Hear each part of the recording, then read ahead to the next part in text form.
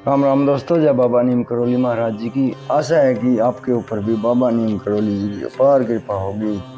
आपके घर परिवार में सभी कुशल मंगल हो, यही मैं प्रार्थना करता हूँ बाबा नीम करौली जी से, सभी देवी देवताओं से।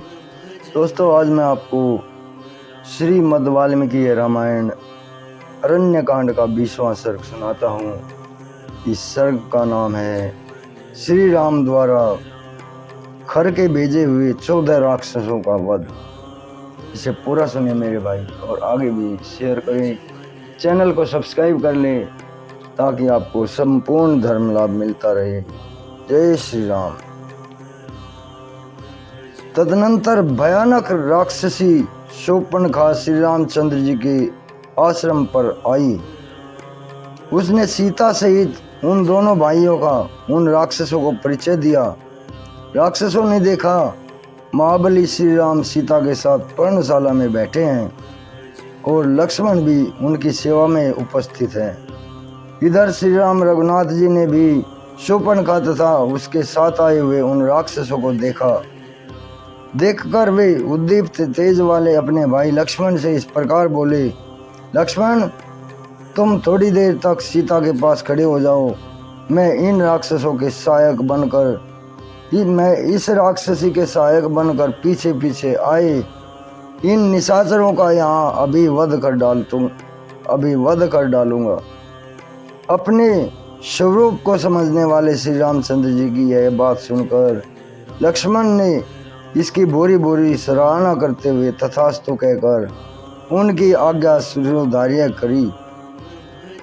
तब धर्मात्मा रघुनाथ जी ने अपने सुवर्ण मंडित विशाल धनुष पर प्रत्यंचा चढ़ाई और उन राक्षसों से कहा, हम दोनों भाई राजा दशरथ के पुत्र राम और लक्ष्मण हैं तथा सीता के साथ इस दुर्गम कारण्य में आकर फल मूल का आहार करते हुए इंद्रिय संयम पूर्वक तपस्या में संलग्न है और ब्रह्मचर्य का पालन करते हैं। इस प्रकार दंडक वन में निवास करने वाले हम दोनों भाइयों की तुम किस लिए हिंसा करना चाहते हो? देखो, तुम सबके सब पापात्मा और ऋषियों का अपराध करने वाले हो। उन ऋषि मुनियों की आज्ञा से ही मैं धनुष बाण लेकर महासमर में तुम्हारा वध करने के लिए आया हूँ। निशाचरों, यदि तुम्हें युद्ध में संतोष प्राप्त होता है तो यहाँ खड़े रहो, मत भाग जाना, और यदि तुम्हें अपने प्राणों का लोभ हो तो लौट जाओ, एक अक्षण के लिए भी यहाँ ना रुको। श्री रामचंद्र जी की यह बात सुनकर वे 14 राक्षस अत्यंत कुपित हो उठे। ब्राह्मणों की हत्या करने वाले वे घोर निशाचर हाथों में शूल लिए क्रोध से आंखें लाल करके कठोर वाणी में हर्ष और उत्साह के साथ स्वभावतः लाल नेत्रों वाले मधुर भाषी श्री राम से, जिनका पराक्रम वे देख चुके थे, यूं बोले, अरे, तो हमारे स्वामी महाकाय खर को क्रोध दिला रहा है, अतः हम लोगों के हाथ से युद्ध में मारा जाकर तो स्वयं ही तत्काल अपने प्राणों से हाथ धो बैठेगा। हम बहुत से हैं और तू अकेला है। तेरी क्या शक्ति है कि तू हमारे सामने रणभूमि में खड़ा भी रह सके? फिर तू युद्ध करना तो दूर की बात है। हमारी भुजाओं द्वारा छोड़े गए इन परिधों द्वारा और शूलों और पट्टिकों की मार खाकर तो अपने हाथ में दबाए हुए इस धनुष को, बल पराक्रम को, अभिमान को तथा अपने प्राणों को भी एक साथ ही त्याग देगा। यह कहकर क्रोध में भरे हुए वे 14 राक्षस तरह तरह के आयुध और तलवारें लिए हुए श्री राम पर टूट पड़े।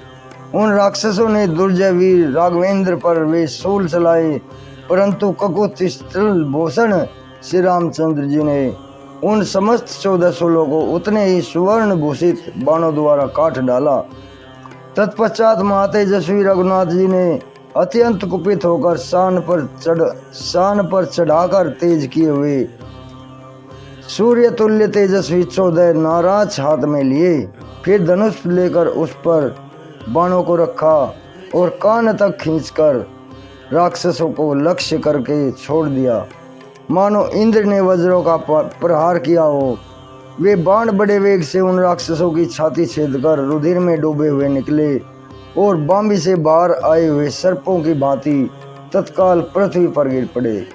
उन निशाचरों का हृदय विदीर्ण हो जाने के कारण राक्षस जड़ से कटे हुए वृक्षों की भांति धराशायी हो गए। वे सबके सब खून से नहा गए, उनके शरीर विकृत हो गए थे। उस अवस्था में उनके प्राण पखेरु उड़ गए। उन सबको पृथ्वी पर पड़ा देख वह राक्षसी क्रोध से मूर्छित हो गई और खर के पास जाकर पुनः आर्त भाव से बोली। उसके आर्त भाव से जाकर गिर पड़ी। उसके कटे हुए कानों और नाकों का खून सूख गया था, इसलिए गोंदयुक्त लता के समान वह प्रतीत होती थी। भाई के निकट शोक से पीड़ित हुई शूर्पणखा बड़े जोर से आर्तनाद करके फूट फूट कर रोने लगी और आंसू बहाने लगी। उस समय उसके मुख की कांति फीकी पड़ गई थी। रणभूमि में उन राक्षसों को मारा गया देख खर की बहन शूर्पणखा वहां पुनः भागी हुई आई। उसने उन समस्त राक्षसों के वध का सारा समाचार भाई को सुनाया। इस प्रकार श्री वाल्मीकि निर्मित आर्ष रामायण आदि काव्य के अरण्य कांड में 20वां सर्ग पूर्ण हुआ। जय श्री राम। जय बाबा नीमकरोली महाराज की जय। हनुमान बजरंग बली। ओम श्री सर्वदेवाय नमः। राम। दोस्तों, आज ये 20वां सर्ग पूरा हुआ है। कल मैं आपको 21वां सर्ग सुनाऊंगा। शूर्पणखा का खर के पास आकर उन राक्षसों के वध का समाचार बताना और राम का भय दिखाकर उसे युद्ध के लिए उत्तेजित करना। अभी आज्ञा लेता हूँ मेरे भाई। इस दिवाली आपके घर अमृत बारिश हो, धन वर्षा हो, यही मेरी प्रार्थना है। जय माता, जय बाबा।